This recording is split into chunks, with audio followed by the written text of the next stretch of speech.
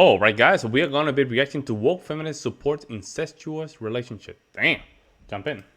Yeah, but you can have experiences that are desired that you would still be against, even if they cause no harm, because you don't have a consistent principle. Like here, I'll give you a great example. Two brothers want to have sex with each other, and they're consenting adults.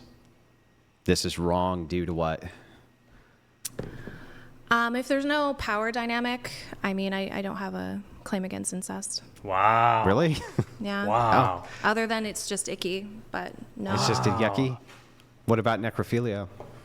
So necrophilia, I do think, is obviously what we talked about, like a paraphilic, which I would say in terms of someone's sexual psychology is harmful to them in itself because it has the criteria that you're engaging with someone who's unconscious. You're not engaging with someone at all. Well, right, but an entity that is unconscious, if you will. You're not engaging with an entity at all. It's done. You're not engaging with anything, right? It's done. Yeah. From it's your done. view, there's no soul, right? Right. So then, what are you engaging with a dead body? I mean, obviously, you're having like there is still remnants of a person there, even though personhood isn't There's present. no person there. Personhood isn't present, correct? But There's nothing there. It's just nothing, right? I just, know. Just flesh.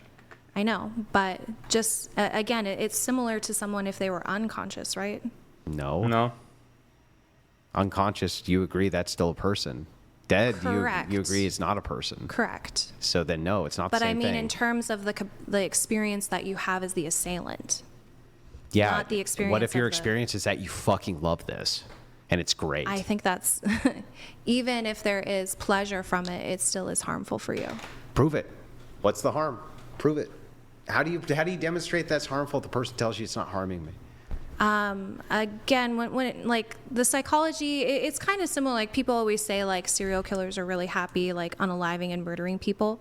But I do think there is harm because kind of the concept of like harm is done to you, harm is done to me.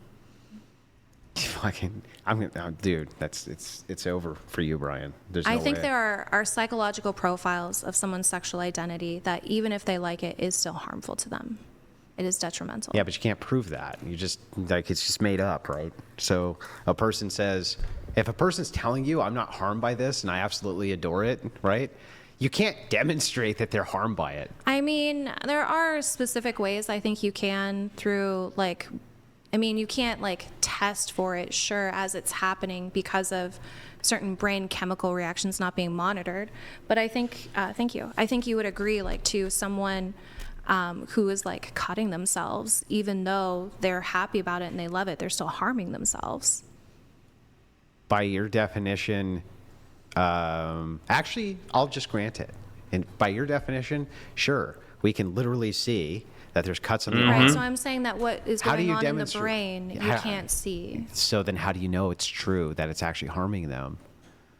You don't, right? Like you don't actually know that. I do, because I think we can measure, again, like when we see aspects of suffering, how that changes your brain and how trauma changes your brain.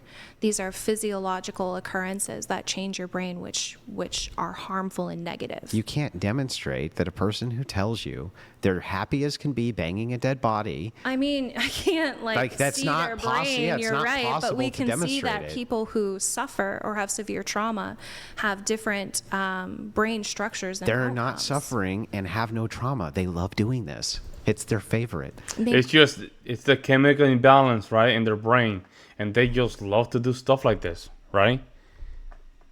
It's just the inability of this movement to just concede with the simple fact that there's danger and there's degenerate behavior that needs to be just held accountable. Why is it when it comes down to stuff like this, females tend to have a problem say that's wrong? I don't know why. I simply don't know why. They have a huge problem admitting that this is wrong, that degenerate behavior is wrong. Maybe if they're not conscious of it, sure. No, they're conscious of it. They just really like it. Again, I think you can see differences in brain structures when it comes to certain psychological outcomes, even if the conscious is saying this is enjoyable. So are you saying that there's not a single human being on planet Earth who's a man who's had sex with a dead body and continuously does this, who doesn't just do it because they enjoy it? Who does it? Like that's not my claim, though. Then what's the harm to him I'm from his telling perspective? that there are it changes certain brain structures that are harmful to him, even if he's not aware of it. Which ones? I don't know on that one. Yeah, because it would just depend. It would it's depend totally made up. You specifically. can't look at the brain that way and be like, oh, you've 20 dead bodies, and this thing over here is obviously now you twisted. can't- That's not how that But works. it makes sense with the way that they think. We can see this in when they hold powers, and when they, Seattle and Oregon is a good representation of this kind of ideology. They don't want to hold people accountable. They just put this. They want to put these problems into psychology kind of terms, and this person is sick, therefore should not go to prison and need help. So instead of just holding them accountable for their action, no, this person cannot go to prison. We have to help them. The problem is that nobody go to prison. Then you end up with this problem of trying to fix people. Sometimes we have just bad people, and those bad people need to be taken out of society. Simple as that. We don't have to put them in the box. We don't have to just study them. We don't have to not do none of that stuff. There's bad people, and bad people need to be put in an area of society that does not deserve the peace of the rest of the society. That's it. Sure. Like, obviously, I can't say, like, this region of your brain Yeah. is where you did necrophilia. So really this the range harm of your brain principle is just- where you did, like, incest. But So you're just their doing the same brain- thing, right? You're saying, I think that it's harmful because I think it's harmful. Yeah. I can't really demonstrate it. I just think it is anyway. Good point. I think, like, psychology, and sure, I acknowledge, go. like, I'm not, like a neurologist or like Sure. a brain Yeah, I don't scientist, expect you to be. but yes, I do think there is certain things that we can see in the outcomes of like how the brain melds and transforms and responds to its environment that we could measure. And to that be would harmful. happen with every single man who engaged in that activity. Yes. Okay, so then would you say that this is the case with women who have many, many sexual partners, that their amount of trauma would increase? Again, I think it would depend on That's a the great experience question. itself. Like, obviously, I think someone who has been raped several times is going to have a different sexual experience. Maybe having however many bodies you want to associate. Let's just say, for the sake of the argument, 10 bodies, but every single one of them raped her. There's going to be a different psychological profile than someone who has engaged in 10 consensual relationships. I see. Do you think that a person who has engaged in multiple relationships is going to have more baggage than a person who hasn't? I think it depends. Just generally, on average. I see. It's hard to give that generalization because I think it depends on the quality of the relationship Okay. or the experience of the relationship. Do I think if someone might have had like 2 or 3 really toxic romantic relationships, they might have more baggage than someone who might have like 4 or 5 one-night stands because they don't have. But all of them are going to have more baggage than a person that had no relationships. Who's had no relationships or no sex? No relationships. I mean, I don't know. I think incels have a lot of baggage, and a lot of them are virgins. No, not relationship-based baggage. What do you mean by that? Oh man, this is Like, so, for bro. instance, It's just it's the inability of just answering the question because she know it will go against her views. If It's you're in insane. a relationship with a man for, I don't know, 5 years or something like this, and it ends in complete, like, it's just a Disarray. fucking disaster, Sure. right? It's going to create trauma for you, right? Yeah. Okay. I would prefer not to deal with that trauma. And I would say that women who experience that trauma would not experience that trauma if they weren't in that relationship. So the idea here is same thing with sex, right? Is that the more sexual partners you have, the more chance for trauma. So I think it depends kind of, again, on a lot of multitude of different things. Like, I mean, Here, I'll give you an example. I would say I had more trauma from the dissolution of my marriage than I did from all other casual relationships combined. Yeah, that makes sense to me. Yeah. Totally. So being with a divorcee would be trauma, right? That they would have more baggage just on average than someone who wasn't a divorcee. I would have, like, a divorcee Just has more generally, baggage. yeah, probably has more baggage than someone who's not been divorced. I mean, sure, I can grant that more Yeah. likely. So sure. then, so now we're starting to whittle down sexual selection. So if we're just talking about trauma, or are we talking about things like this?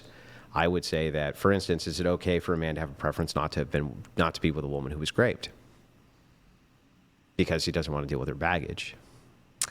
I wouldn't necessarily place the preference on being raped, but essentially like their emotional state and kind of where they are within their capacity. Yeah. Yeah, so that would be it fine. would just depend on, again, it's not the criteria of have they been raped or not. It's kind of where they are within, that experience. Was it 10 years ago and they've really healed from that? Was it yesterday and, they're having a nervous breakdown? Again, that would just be context dependent. Yeah, but that baggage exists due to the fact that there was a rape. And you would agree with me that I think that baggage can morph itself in different formats. I agreed. Yeah. But in this case, it came from that. So, in other words, I guess I just don't think you should make assumptions on that and evaluate Maybe not, the person. but do you agree with me that rape is traumatizing for women? Yes. So, I think it's traumatizing for anyone. Sure. I guess not you, but do you think that since it's traumatizing for women, that men should probably look at it as a red flag if they don't want to deal What do you with mean, red Good flag? point. trauma? They don't want to deal. They with don't want to deal with it. trauma. I mean, it can certainly be like I'm trying to think, like a point, like something you note, but I think you should be evaluating the person that you're with based on their behavior and your interaction with them, not necessarily predetermined facts. And all predetermined facts or just some? I mean, you're going to go back, I'm sure, to the child molester. Well, I'm just pointing out like the Yeah. consistency Yeah. aspect here. It seems like it's perfectly acceptable for men to have preferences where they say, "I rule you out because I just don't want to deal with this ever." And I mean, Yeah. sure. Yeah. I'm not going to like force someone to be like, oh no. But I mean, it sounds date legitimate. person X. What's illegitimate about a man saying, "I want a virgin because I feel revolted when a woman's not one"? I think he needs to unpack why he feels revolted. There we go. Yeah, you need to unpack why you feel revolted. She knows very well what she's talking about. Okay, so he unpacks it and he discovers why, but he still is. Well, what's the reason? I don't know, but whatever it is, he knows what it is, but he can't just shut it off. Like, Well, maybe then he doesn't need to. I mean, so Yeah, it's this lady, man. And this is the good thing about, I don't know why, but Andrew's very good against female nature, and I think it's just that it's the ability that he has to make sure he just got through it, and make sure they don't get away with what they're trying to say. It's just perfect, man. She cannot defend it, guys. And the fact that she said, yeah, two brothers are okay doing that thing, and that she has no problem with it. It's telling, guys. Let me know what you guys think. I'll see you next one.